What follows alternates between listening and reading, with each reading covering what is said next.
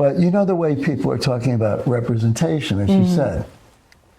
The idea that actors can't play somebody that they're different from, I find ridiculous. For example, among us, how many major roles in feature films, in major dramatic feature films, with Jewish characters, how many have been played by Italian Americans? I have to say, I'd like to pick a fight with. I have a big problem with that. Really, actually. De Niro and Pacino and those guys. Yeah. I love those guys playing Jews. We've destroyed the concept of art. Art has to be fluid. It has to be universal. It has to be universal. I mean, there was one time I read a great article years ago about Death of a Salesman being produced and widely loved in China.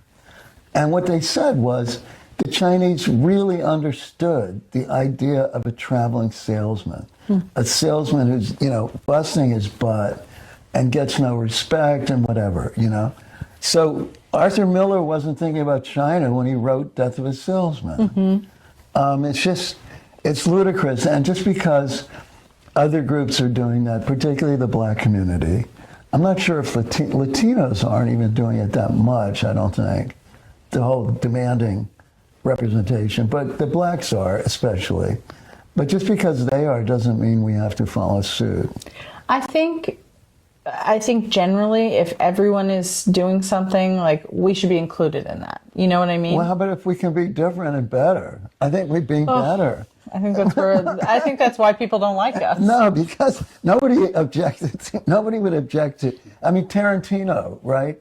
He's not Jewish, I don't think, right? Quentin Tarantino lives in Tel Aviv now.